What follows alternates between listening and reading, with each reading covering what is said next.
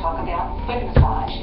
So let's pretend that I've just finished massaging her. She's face up now, and I'm going to position myself and her for the best position for the massage. And I'm going to be like this, and I'm having a hard time seeing my work.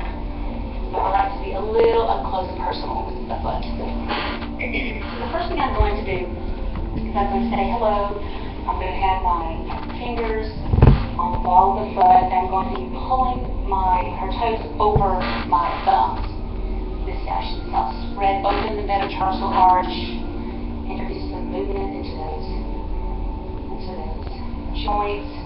In fact, in anatomy, the foot is considered a grasping organ, so you're going to try to introduce a lot of movement back into the foot.